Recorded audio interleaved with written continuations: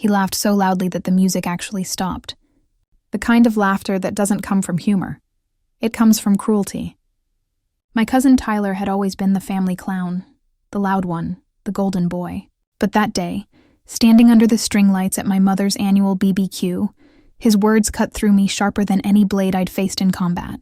He pointed at me with a greasy rib in hand and said, "You, a veteran? Please. You can't even hold a grill tong right." Everyone around him laughed. His friends, my aunts, even a few cousins who should have known better. I didn't move. I didn't react. I'd been trained for this, to keep still under pressure, to let silence be my weapon. But that silence, it burned, because none of them knew who I really was. And then I felt it, a shift in the air. A pause, subtle but heavy. Uncle Ray turned his head from the smoker, his broad shoulders stiffening as his eyes found mine across the table. The chatter died. The kids stopped running. Even the wind seemed to listen. He stared at me for a long second before saying quietly, "Call sign?" My heart nearly stopped. It had been years since anyone asked me that. My mouth was dry as I whispered, "Echo 4. The sound of plates clattering froze mid-air. The laughter vanished. Uncle Ray, the man everyone worshipped as the family hero, the retired Navy SEAL whose medals were practically family heirlooms, stood up so fast his chair toppled over. His jaw locked tight, eyes blazing with something between fury and recognition. He pointed at Tyler and said, "Apologize, now." The entire yard fell silent. Even the cicadas outside seemed to hold their breath. Tyler looked confused at first, then embarrassed.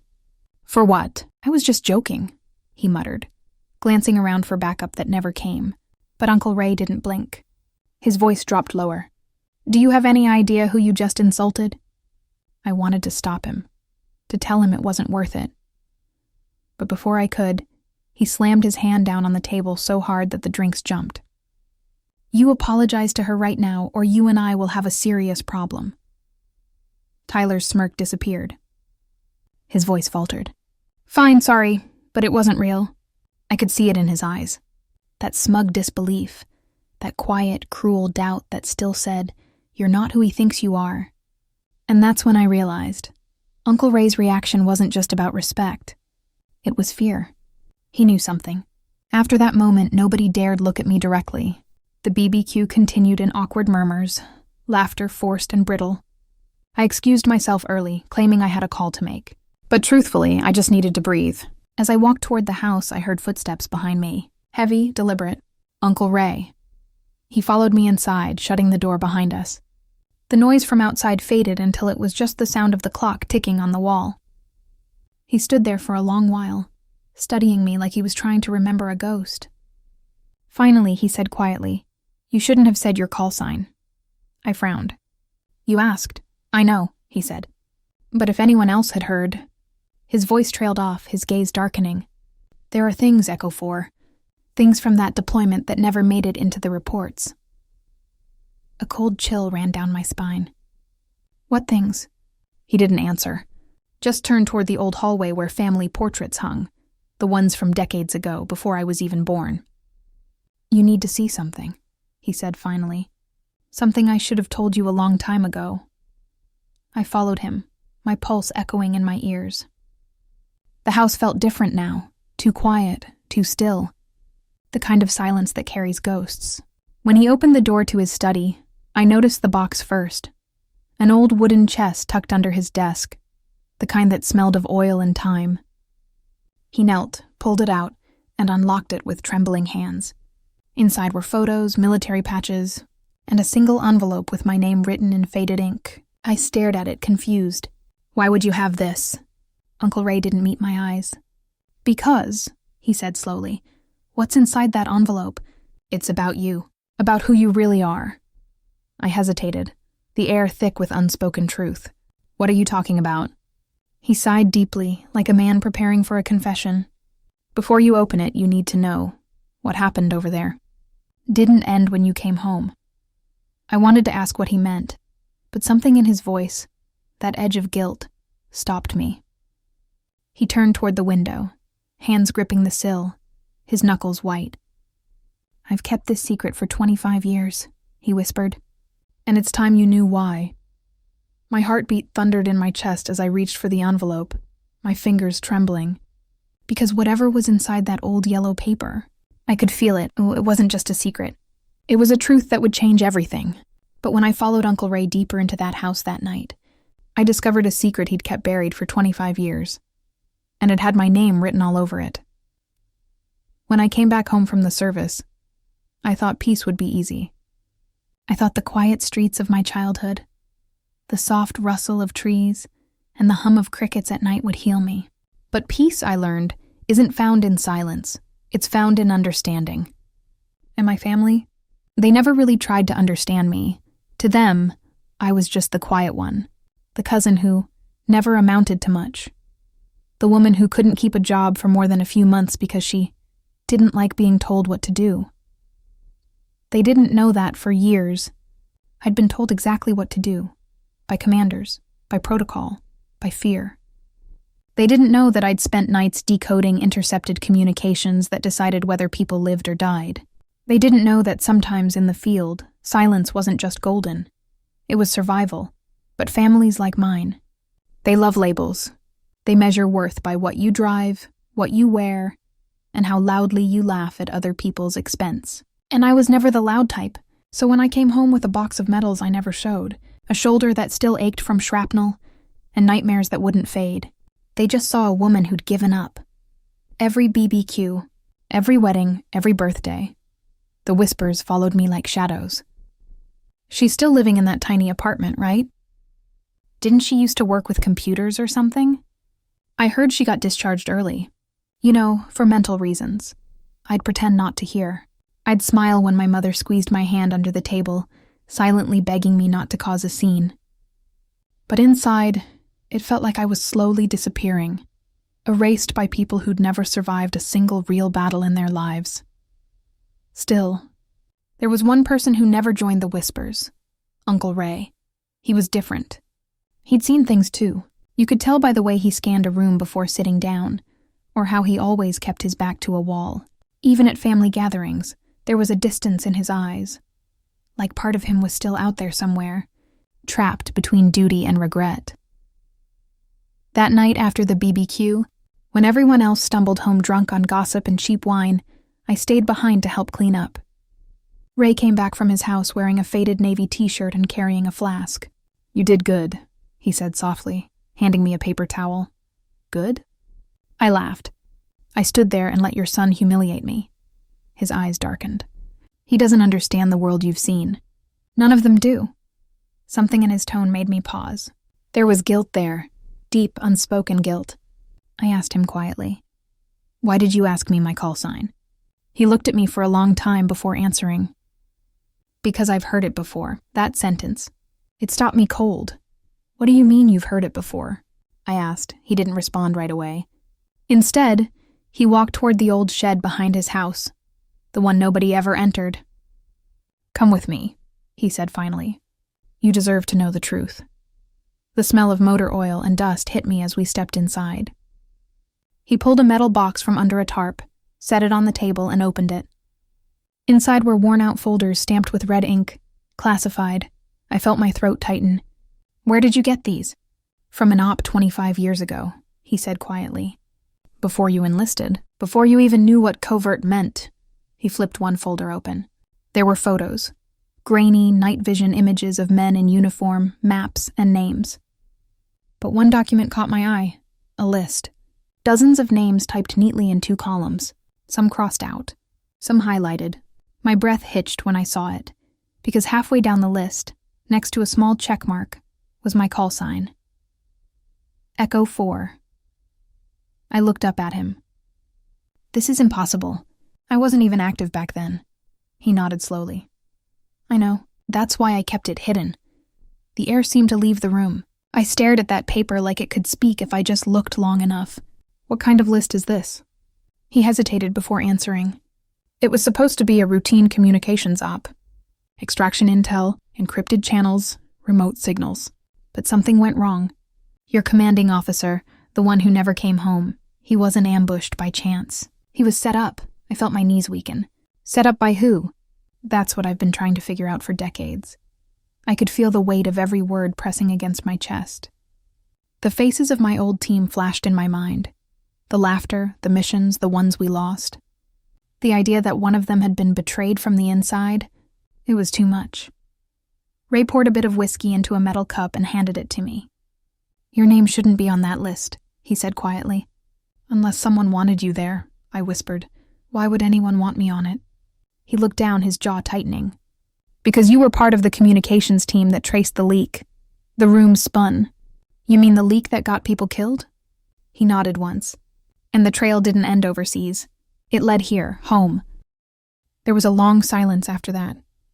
The kind of silence that makes your stomach turn. Finally, I said, "Why didn't you tell me this earlier?"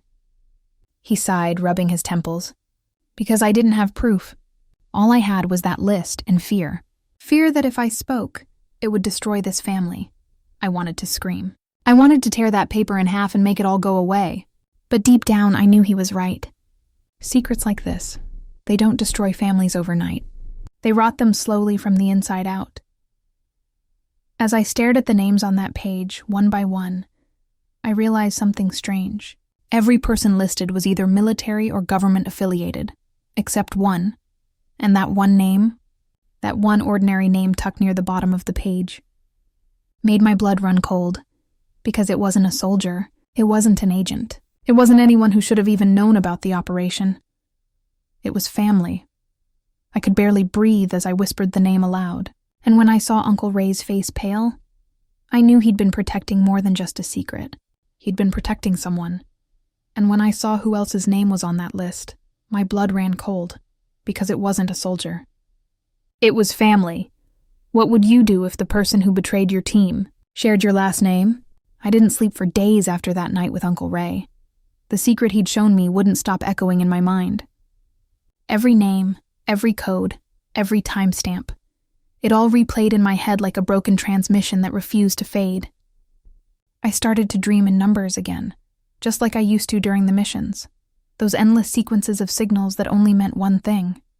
Someone, somewhere, was watching. The house became my command post. I spread Ray's files across the dining table, covering it with papers, photographs, and half-burned reports. Every night, I sat under a single lamp, the hum of the refrigerator mixing with the whisper of my own heartbeat. Ray didn't stop me. He just watched quietly from the porch, nursing his guilt and his whiskey. "Be careful what you dig up," he warned. "Some graves don't like being opened." But I had to know. I had to understand why my name, my call sign, had been dragged into something that smelled like betrayal. At first, everything seemed random. The coordinates, the message fragments, the encrypted call sheets. But the deeper I went, the more the patterns started to align, like invisible strings connecting people who'd pretended for decades they didn't even know each other. And at the center of those strings, one name appeared again and again: Denise. My Aunt Denise, Tyler's mother, the woman everyone said had died too young. Denise, who'd worked at the defense firm back when I was still in training. Denise, who always had new jewelry, even when she claimed to be broke. Denise, who once looked me straight in the eye at a family reunion and said, "You have no idea what real danger looks like, sweetie." I thought she was joking. Now I wasn't so sure. The night I found her name in one of Ray's encrypted folders, something in me shifted. I clicked open a file labeled Echo Link, Logistics Reports, 1999-2002. The moment I saw it, my stomach turned cold. Echo Link. That was the project my team almost died protecting. The same one we thought had been compromised by enemy intelligence. But what if it wasn't the enemy at all? I scrolled through hundreds of pages, each with details about supply chains, coded routes, and financial clearances. And there it was. Authorization record signed with initials I recognized. DM Denise Monroe. My aunt, my own blood. She wasn't just part of the company that handled military logistics. She'd been rerouting shipments, redirecting funds through dummy accounts overseas. I whispered to myself. She was inside the leak. The realization hit like a bullet. Denise hadn't just betrayed a company or a contract. She'd betrayed soldiers. She'd betrayed us. And if she'd done it knowingly, It meant she'd risked lives, mine included, for money. But what happened next left me frozen. As I dug further, I found hidden message archives, outgoing transmissions masked under random system reports. They were signed with the same encryption tag I used in my unit, E4 link. Only this version read Echo link. The timestamp of one particular message was the exact night my commanding officer was killed. The file had been scrubbed, but Ray's backup drive preserved the metadata. It wasn't coincidence. It was proof. And then came the offshore accounts. Cayman Islands, Zurich, Malta. Tens of millions redirected through shell companies, each one tied to a logistics override code she would have needed clearance to access. My hand shook as I scrolled. The last account name was simple, T. Monroe, Tyler. I wanted to throw the laptop across the room. The cousin who mocked me, who called me a fraud, had inherited the money his mother stole, and never knew where it came from. Or maybe he did. That thought haunted me. For nights, I couldn't look at him the same way. Every family message thread, every group photo, every joke he sent, they all felt poisoned. And Uncle Ray's silence didn't help. He avoided eye contact now, avoiding both me and the truth sitting in that metal box. One evening, I confronted him. "Did you know about Denise?" He didn't answer. He just took a deep breath and said, "Not everything in those files is what it seems. Some of it was written by people who had reasons to twist the story. But the records don't lie," I said sharply. "The transmissions, the accounts, the timing, it all connects." He rubbed his face, weary. "There's more to it. Things you don't understand yet." And that's when I noticed something strange in the corner of the room. A small envelope taped beneath one of the drawers. It was old, yellowed at the edges and sealed with brittle tape. My pulse quickened as I peeled it open. Inside was a folder marked Aftermath, handwritten, not typed, and lighter than the others. Inside it was a single folded letter. The handwriting stopped my heart. I knew it instantly. It was my father's. I hadn't seen that writing since before his funeral. My throat went dry as I read the first line. "If you're reading this, it means Ray broke his promise." I looked up at Uncle Ray, who'd turned away from me. "You knew about this?" I demanded. He didn't move. The letter continued. "I found something years ago, something that made me question everything. My country, my family, even myself. I tried to bury it, but Denise wouldn't let me. She said the money wasn't theft. She said it was insurance. But she lied. My heart pounded as I turned the page. They warned me to keep quiet, said it was for national security, but I couldn't. Not after what it cost us overseas. I think they're watching me now. If anything happens to me, promise me you'll look in Ray's old footlocker. That's where the real files are." The page trembled in my hands. The last paragraph was short, scrawled in shaky ink like he'd written it in a rush. "If you find this, don't stop digging. Finish what I couldn't. Before they find you, I couldn't breathe." My father had known.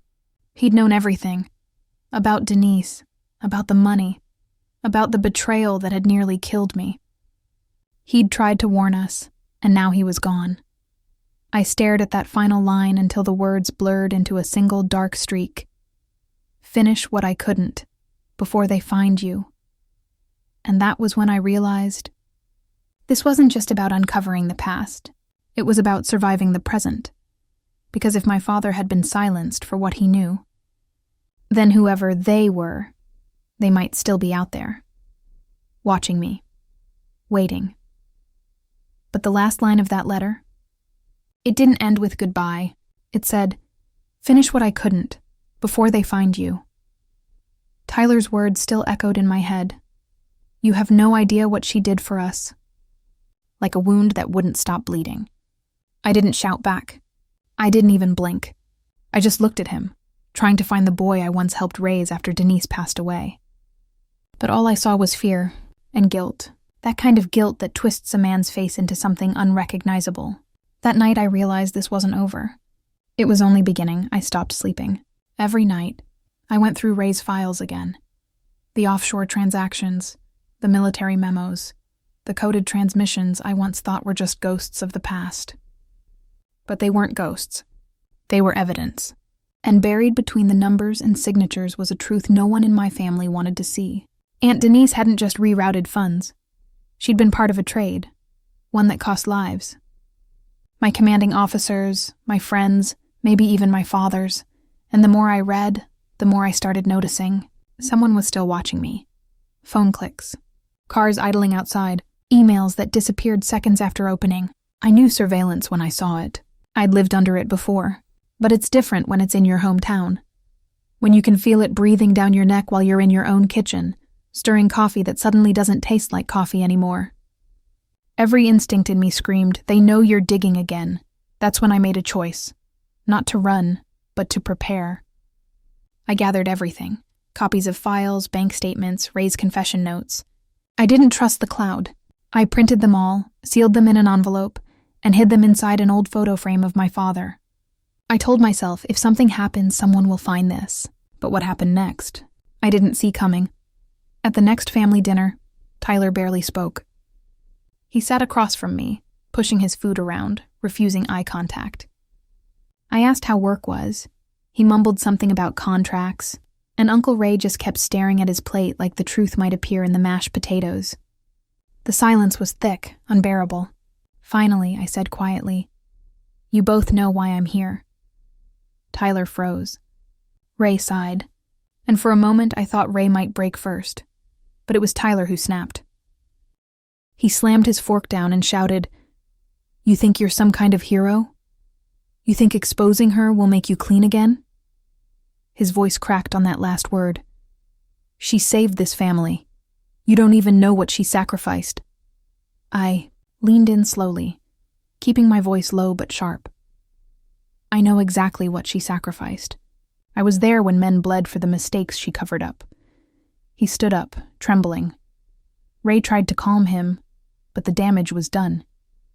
Something inside me hardened that moment. Whatever sympathy I had left died on that table. I told them both to come over next weekend. I said we'd talk properly. But what I really meant was, we'll end this. The following Saturday, I set the stage. Candles lit, dinner made, normal, peaceful. The kind of night that pretends to be calm before the storm tears the roof off. I even wore my uniform jacket. Not because I was proud, but because I wanted them to remember who I was before all the lies, before family turned into enemies wearing familiar faces. When they arrived, I greeted them like nothing had happened. Small talk. Laughter that felt fake. Tyler kept glancing at my jacket. Ray wouldn't stop fiddling with his napkin. After dinner, I excused myself, came back with a single folder and placed it on the table. "You both have a choice," I said quietly. "Tell the truth. Or I will." Ray's eyes filled with tears before I even opened the file. Tyler clenched his fists. "You wouldn't," he hissed. "You'd destroy everything." I leaned forward, looked him dead in the eye, and said, "No, Tyler." I'd finally save what's left. The silence that followed was unbearable. A kind of quiet that felt like the air itself was holding its breath. Ray finally spoke, voice shaking. "It wasn't supposed to go this far," he said. "Your father?" He tried to stop it. He knew what Denise was doing, but his voice broke before he could finish. But she wasn't the only one involved. My hands went cold. Before I could ask what he meant, the sound of the doorbell cut through the room like a blade. 3 sharp rings, too firm, too official. We froze. Tyler's face went pale. Ray whispered, "They're here." My heart slammed against my ribs as I stood up, half ready to run, half ready to fight. The folder was still on the table, wide open, every page of betrayal staring back at me. When I opened that door, I saw them, men in dark suits, badges catching the dim light. They said my name like it was both a question and a confirmation. And in that instant, I knew. This wasn't about stolen money anymore. This was about my father's death. The day of the trial felt heavier than any battlefield I had ever stood on. The courthouse steps were lined with cameras, microphones, flashes, the noise of a world hungry for scandal. I could hear the murmurs as I walked past. That's him. The one from the Echolink files. But none of that mattered. What mattered was the truth that had torn through 3 generations of my family like shrapnel. Inside, the air was thick with whispers. Tyler sat on the front bench, his hands shaking so badly that the cuffs around his wrists rattled. He looked like a boy lost in a war he didn't start. Uncle Ray was just a few seats away, dressed in his old blazer, the same one he used to wear when he talked about honor and duty. Now he couldn't even look at me. The irony burned. For years, I had carried his lessons about loyalty, courage, brotherhood. But now I knew those words were just armor he wore to hide his corruption. When the prosecutor began, I thought I was ready. I had read every document, memorized every number.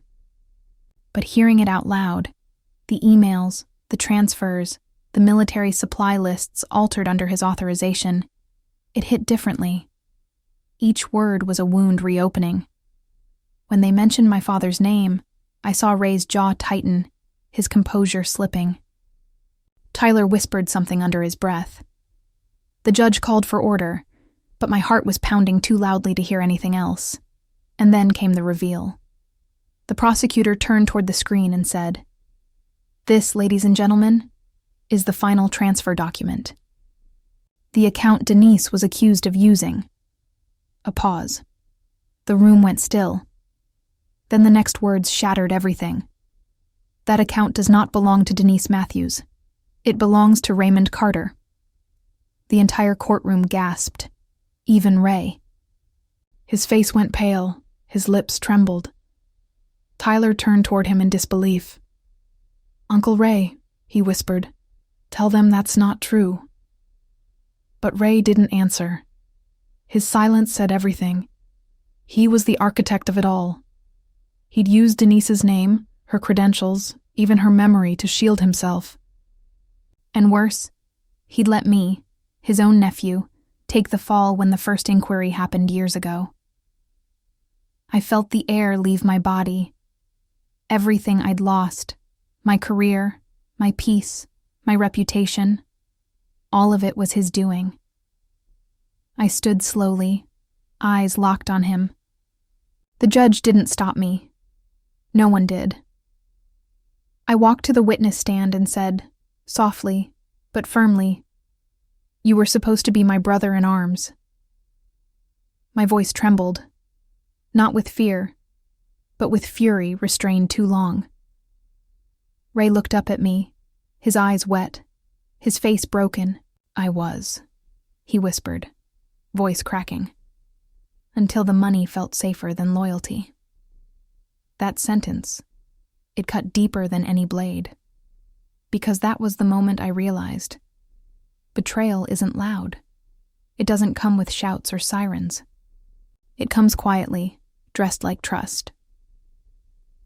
When the verdict was read, time slowed. Guilty on all counts: fraud, obstruction, conspiracy. Tyler broke down in tears. He kept saying he didn't know, that he thought his uncle was protecting the family. Ray didn't speak again. He just sat there, staring ahead, like a man who'd already left his body behind. I should have felt relief, but what I felt instead was exhaustion, the kind that seeps into your bones and stays. After the gavel struck, I stepped outside. The reporters swarmed, shouting questions, flashing cameras, asking how it felt to see justice done. I didn't answer any of them, because justice wasn't something you see. It was something you carried, heavy, messy, incomplete. Tyler was escorted past me, eyes red, voice breaking. "I didn't know," he kept repeating. And maybe he didn't. Maybe he was just another casualty in a war started long before he was born. I put my hand on his shoulder and said, "It ends here. Whatever they built on lies We rebuild on truth. He nodded, barely able to meet my eyes. Then they led Ray out. I watched as he shuffled past, hands cuffed, head bowed. For a second, I almost saw the man I once admired, the uncle who taught me to fish, who called me soldier when no one else would. But that image faded quickly, replaced by the man who chose greed over honor. He paused near the door and turned to me. "Tell your father I'm sorry," he murmured. My throat tightened. "He already knows," I said. And for the first time in years, I meant it. As the agents led him away, something inside me shifted. The hate, the anger, it started to loosen its grip. Because for the first time, I understood. The truth didn't destroy my family. It set it free. The first time I stepped back into that backyard, it didn't feel like home anymore. It felt like a memory I wasn't sure I wanted to keep. The grass had grown wild. The grill, once the center of laughter and pride, was now covered in rust. I ran my hand along its cold metal surface, remembering the day Tyler mocked me, the day everything began to unravel. But now, there was silence. A calm, almost sacred silence. I didn't come back to forget what happened. I came back to remember what silence had cost me. I repainted the porch myself. Each stroke of the brush felt like reclaiming a piece of who I used to be. The smell of paint mixed with the crisp autumn air, and for the first time in years, I didn't feel invisible. I wasn't the quiet cousin or the forgotten veteran. I was a man who had faced his ghosts and lived to tell the story. You don't realize how much noise betrayal leaves behind until you finally hear peace again. Tyler visits sometimes. He's not the same cocky cousin who once sneered across the table. Prison changed him, or maybe truth did. The first time he came, he couldn't even look me in the eye. He stood by the porch and said, "I don't deserve your forgiveness," I told him quietly. "Forgiveness isn't something you earn. It's something you stop running from." He nodded, tears catching in his throat. Since then, he helps me mow the lawn, fix the fence, sometimes just sit in silence. That's the strange thing about healing. It's never loud. It's quiet, awkward, uncertain, but it's real. I started something new after that, something I wish I'd had when I came home. A small nonprofit for veterans who came back like me, invisible, misunderstood, carrying wars no one could see. I called it EchoLink, not after the project that nearly killed me, but after the truth that saved me. Every time a soldier walks through those doors, I see a piece of myself in their eyes. The fear, the shame, the isolation. And every time I help one of them find a job, reconnect with family, or just speak their truth, I feel another weight lift off my shoulders. Every story I help rewrite feels like closing one more chapter of my own. Sometimes reporters still ask me about Uncle Ray, about what happened to his medals. I tell them the truth. The medals were returned, tarnished but real. They sit in a glass case at the foundation now. Not as a celebration, but as a warning. Honor isn't about what you wear. It's about what you protect. When I look at them, I don't see a hero or a traitor. I see both, because sometimes the same man can be both. There are nights when I still hear his voice. Soft, commanding, familiar. Call sign? It echoes in my head like it did that night at the BBQ.